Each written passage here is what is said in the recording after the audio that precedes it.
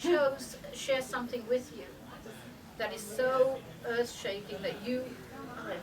Oh, I've been going into the candle lesson. This will explain why. Thank you.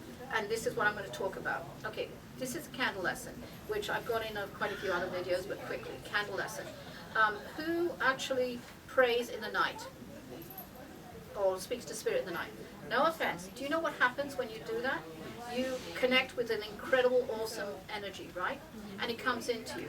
And then you put it into the pillow because you go to sleep, don't you? So what I'm saying is do it in the morning.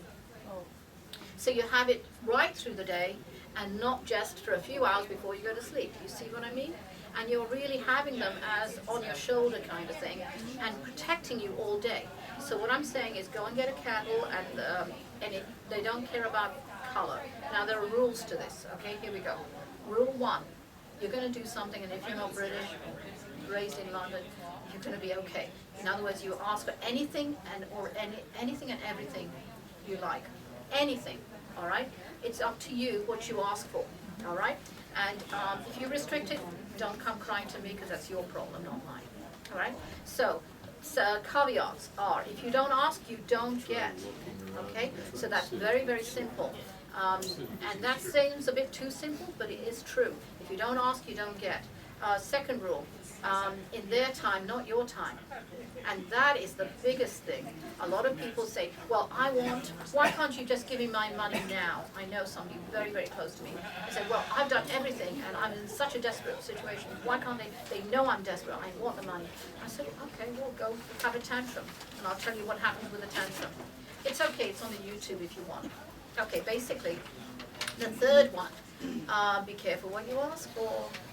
They got great senses of humor, and who's the butt of their jokes and pastime? It's you. All right, so they will use you as the butt of their jokes. So anyway, I'm going to describe it this way. It's like a set of dominoes, you know, they're all connected. So if you start having a tantrum and say, I want money now, and you want to go and have a tantrum with spirit, go ahead, good luck. Okay, so you're having a tantrum. I want money now or else. You're going to threaten them too. Okay, so you go and they'll give you the money, and which is due to you maybe 8 years down the road or something, and they'll pick it up and they'll drop it in your lap. And guess what? You're going to screw your life up big time. How and why? And I always use this parody. And what happens to the lottery winners? Some of them, or if not all, nearly a large majority, are bankrupt, they're homeless within a year. Because they haven't learned the lessons they are meant to learn. Okay? And that is what I'm talking about, free will. Okay? If you, this is all timed, and it's not as if they're stopping you. We have free will. And if I tell you, oh, by the way, I can't tell you, I see something, but I can't really tell you. And a lot of people get really annoyed with me. Okay? And it's as if to say, well, why can't you tell me? I'll be okay with it. I said, yeah, you may be okay, but you're going to screw your life up because we're actually directing you. Anybody who has a reading with me and does a tape, or as you know, we're actually filming it because I didn't bring the tape recorder, is not they're given.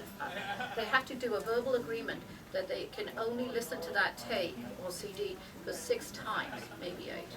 Depends who they are, but 6 times, and then they're put away. Why? Because we're going to be conditioning you, right? If you listen to this and you know that things are going to come true, we are actually directing you. We're telling you what to do. You're not going to make a left or a right or a, 2 steps back. You're not going to make the lessons, create the lessons that you're meant to learn in your life. It is your life, not mine. And I'm not going to tell you what to do, and we're not going to tell you, right? And that's why people know who I've read for. Don't even bother to come to me, because I'm brutally honest. I'm being nice, but if you need it, I will smack you in the head. And I've done one. I do. I don't care, I'm abusive, I know. But basically, no, it's a nice abusive. But basically, in other words, you are too precious for us to direct you and tell you what to do. You understand? This is your life. Do you understand all of this? Oh, candle for the exorcism. Yeah. Oh, that's the salt. Okay. But do you understand the candle lesson? Okay. By the way, we haven't finished on the candle lessons. So be careful what you ask for is the most important thing. Okay. But if you don't ask, you don't get. My mother knows I love Lamborghinis, but she didn't, when she passed over, get me a Lamborghini. Mine, but no, she does not. I didn't get it. So basically, those 3 rules apply. And then the other thing I want you to rule, you don't need to do it, but I like you to say thank you. Okay, you're asking for something, please thank them. Last rule, know that that flame, and I'm not kidding, that flame is actually, whether you believe it or not, the logic science here, it actually converts to energy on the other side. And they go ahead and take that energy and do the work that they, for you and for others, okay, like people in Japan or anybody whose children, old people, things like that. So it does convert, and I've got a camcorder, the first mediumship demo I did at Learning Light, and 38 heads moved right, and I found a candle about this thin, actually thinner than my hand, from my mother's red. She loved red. She gets annoyed when I bring that up, because when I went back to England to settle an estate, she had a red car, red carpet, red shoes. Or whatever. My kind of person. Yeah, you've got a red too. Yeah, red. So anyway, basically, she, the candle flame had grown to this long, and I've got it on camcorder. How? They can do a lot of things. You have no idea. I can tell you story upon story about this girl. There's one person, a dear client, and they were an incredible spiritual family. And she lost, the whole family came back from a funeral of the grandfather, who was the father's father. And the husband said, I'm going to go and get milk.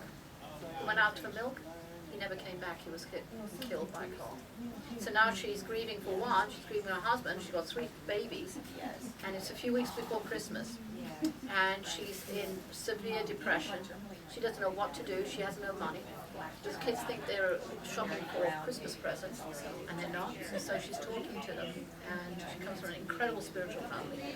And she said, please help me. I need money. I don't know how, but please help me. So she's walking down the mall, and this is a true story, whether you believe it or not. Something jiggles out of a handbag on her shoulder, and a man comes up behind her and then picks something up, and he says, man, you dropped this, and it's a wad of money. $700, and she said, no, it's not mine, I know it's not mine. She said, no, I saw it pop out, I don't know how, but it popped out in her handbag. No, man, it's yours, it really is. And what's the odds of somebody honest saying, you know, how wrong with it? No, she takes it to the police station. Police, nobody claims it, she's got it. And some other things that manifested, which are wrong. And he actually came to a class in India. He's a real funny guy, the husband that passed. But things will happen. Money that you know, I'm talking about, please ask for it.